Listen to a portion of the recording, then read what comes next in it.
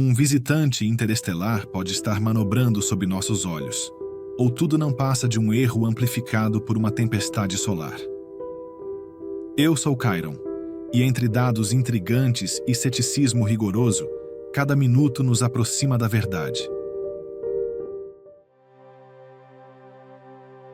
Em 3 de novembro, saberemos se testemunhamos história ou aprendemos a lição mais importante da ciência. Imagine rastrear um objeto com precisão de quilômetros através de 356 milhões de quilômetros de espaço. Seus cálculos dizem onde ele deveria estar. Sua distância está perfeita, mas quando você olha para o céu, ele está 1,1 milhão de quilômetros deslocado lateralmente, não atrás de onde deveria estar, à frente, como se tivesse acelerado, e 19 horas depois, a lacuna aumentou. Não diminuiu, não se estabilizou, aumentou, e agora há alegações extraordinárias. Há alegações de que o 3I Atlas não está apenas desviando de sua trajetória prevista, está ativamente manobrando, divergindo de previsões gravitacionais, a taxa mensurável de 0,23 minutos de arco por hora, requerendo aproximadamente 3,95 km por segundo de velocidade lateral, que gravidade sozinha não pode explicar. Que há mais?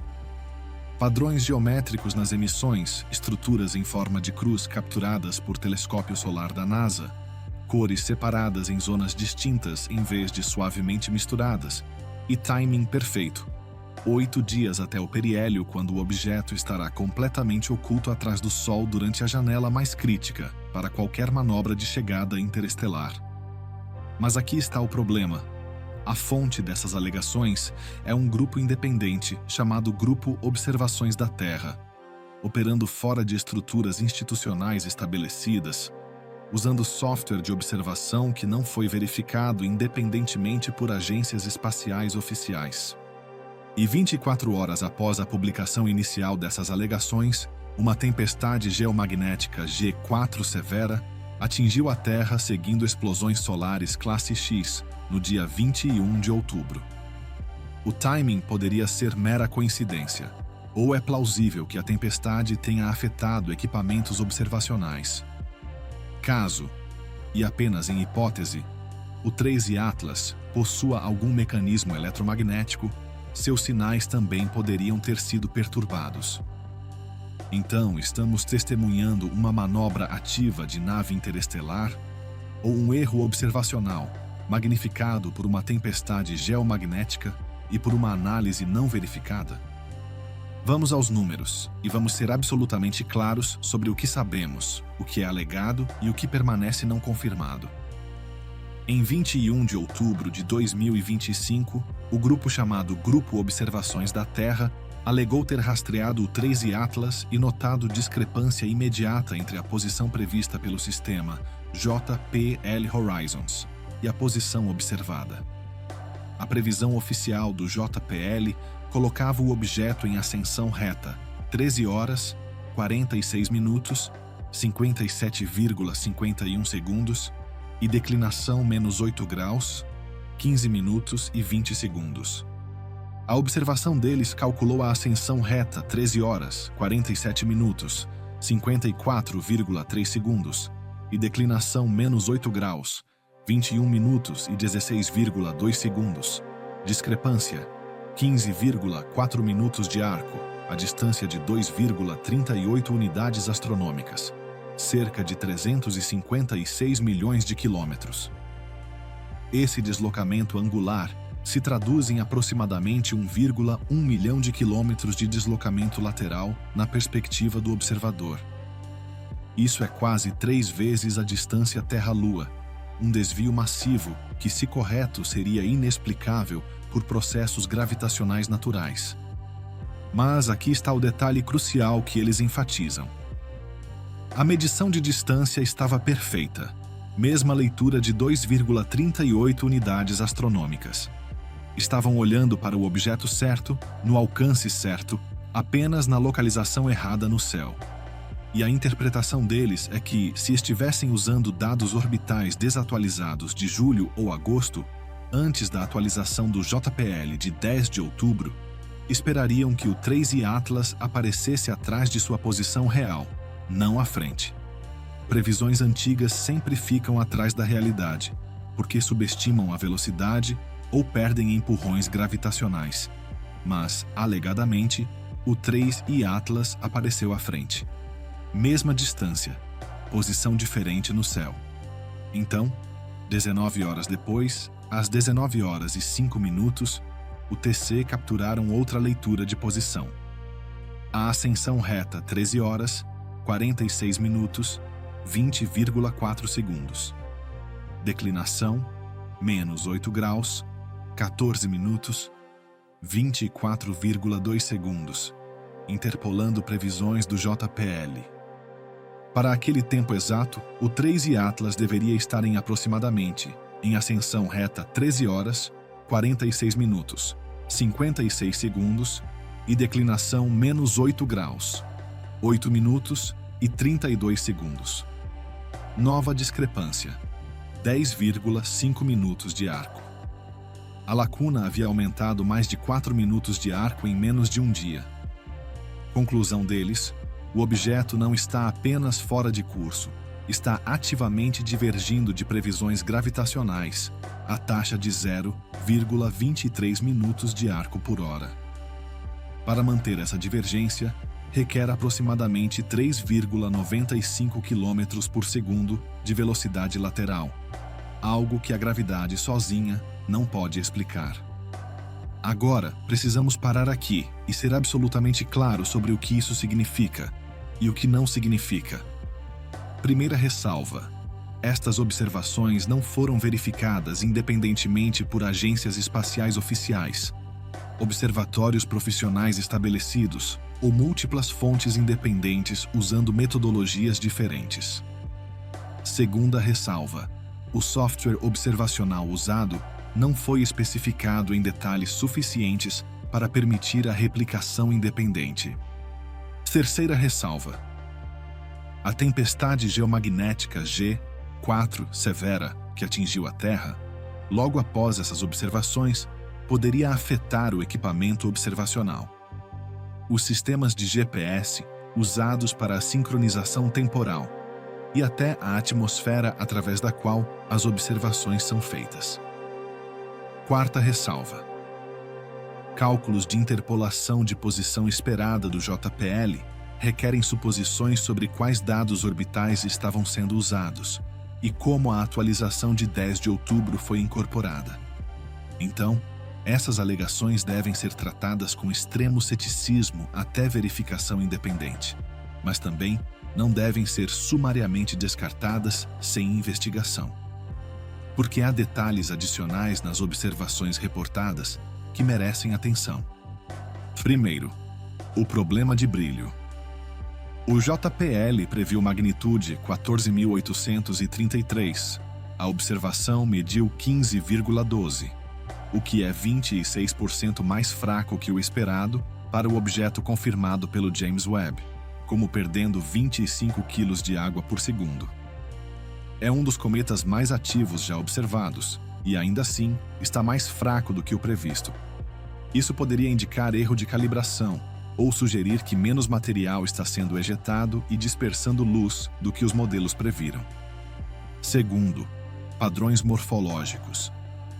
Para verificar que não era um problema de renderização, compararam a aparência do 3I Atlas com Spica, estrela brilhante, e com C2020 R2, Swan, cometa normal, na mesma constelação. Spica e Swan exibiram simetria circular perfeita, núcleo branco limpo esmaecendo para bordas azuis, renderização padrão de fonte pontual, exatamente o que estrelas e cometas normais deveriam apresentar. O 3I Atlas, alegadamente, mostrou padrões geométricos. Estrutura em forma de estrela, múltiplas zonas de cor distintas, regiões externas verdes, núcleo azul concentrado, brilho direcional rosa, centro brilhante branco amarelado, não circular, não aleatório, estruturado. E aqui é onde fica interessante. Essas cores correspondem à química que o observatório W.M. Keck mediu em agosto. Verde de moléculas de cianogênio, azul de níquel ionizado, rosa de hidrogênio excitado por impacto de elétrons. Mas o arranjo espacial, cores separadas em zonas geométricas, em vez de suavemente misturadas, assemelha-se mais a plasma controlado do que a desgasificação caótica. Terceiro, captura coincidente. Em 20 de outubro, o pesquisador David Sereda documentou, através do telescópio solar da NASA, o 3I Atlas, exibindo estrutura de plasma, em forma de cruz, antes de desaparecer misteriosamente de quadros subsequentes, depois reaparecer, depois desaparecer novamente. A geometria correspondeu quase identicamente aos padrões reportados pelo grupo Observações da Terra, observações independentes. Mesmo padrão anômalo, agora, estruturas em cruz podem ocorrer naturalmente através de artefatos ópticos, efeitos de difração ou orientação de jatos cometários. Ainda assim, a consistência entre múltiplas observações alegadas é intrigante, e há um contexto temporal que torna tudo isso mais perturbador. Em 29 de outubro de 2025, às 11 horas e 36 minutos, o 3I Atlas atinge o periélio, aproximação mais próxima ao Sol, a 1.356 unidades astronômicas. Naquele dia exato, estará posicionado diretamente atrás do Sol da perspectiva da Terra, completamente oculto e não observável. E a janela mais eficiente e inconspícua para qualquer nave em aproximação executar manobra. Se você estivesse projetando a aproximação interestelar para minimizar detecção durante a fase crítica, escolheria exatamente essa geometria orbital. Mas, novamente, isso pode ser completamente coincidência. Objetos interestelares em órbitas hiperbólicas naturalmente passam pelo periélio, e algumas dessas passagens ocorrerão naturalmente quando a Terra estiver do lado oposto do Sol. O verdadeiro teste virá em 3 de novembro, quando o 3I Atlas emergir da conjunção solar. Nesse ponto, múltiplos observatórios independentes poderão medir sua trajetória, observar novos detalhes e determinar se o deslocamento de posição alegado persiste, aumenta ou foi um artefato observacional. Se múltiplas fontes independentes confirmarem um desvio orbital significativo que a gravidade sozinha não pode explicar, então enfrentaremos questões sem precedentes. Se observações subsequentes mostrarem o objeto exatamente onde os cálculos gravitacionais previram, então aprenderemos uma lição valiosa sobre a importância da verificação antes de alegações extraordinárias. Mas a nuance aqui, que merece reconhecimento, é que o grupo de observações da Terra não está fazendo afirmações absolutas. Eles apresentam dados, mostram seus cálculos e pedem verificação independente. Esse é o processo científico apropriado. O problema não é que eles fizeram observações e reportaram discrepâncias. O problema é como essas observações serão interpretadas e divulgadas por outros sem contexto apropriado. Porque já vi esse padrão antes. Dados ambíguos ou preliminares são divulgados. A especulação explode. As narrativas se solidificam antes que a verificação adequada possa ser concluída. E então, independentemente do que os dados posteriores mostrem, polarização já estará estabelecida. Metade das pessoas decidirá que é definitivamente alienígena e rejeitará qualquer evidência contrária. A outra metade decidirá que é definitivamente nada demais e rejeitará qualquer evidência de apoio. A verdade, seja qual for, ficará perdida no meio. Então, qual é a abordagem correta aqui? Como tratamos alegações extraordinárias de forma responsável? Primeiro, reconhecer que dados foram apresentados e merecem investigação séria por fontes independentes qualificadas. Segundo, enfatizar que alegações extraordinárias requerem evidências extraordinárias e observações únicas de fonte não verificada não atingem esse padrão independentemente de quando detalhadas sejam. Terceiro, reservar julgamento até que múltiplas fontes independentes, usando metodologias diferentes, possam confirmar ou refutar observações. Quarto, preparar-se para ambos os resultados. Se confirmado, representa uma descoberta histórica. Se refutado, representa uma lição importante sobre rigor científico, porque aqui está a verdade fundamental. Não sabemos ainda, e dizer não sabemos não é fraqueza. É honestidade. O universo não se importa com nossas preferências. Ele simplesmente é. E nossa tarefa é observar com precisão, medir com rigor e aceitar conclusões para onde dados verificados levam.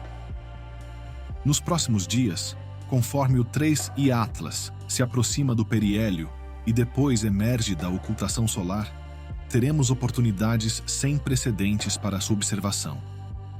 Múltiplos telescópios estarão rastreando. Múltiplas metodologias serão aplicadas. E a verdade, seja qual for, será revelada.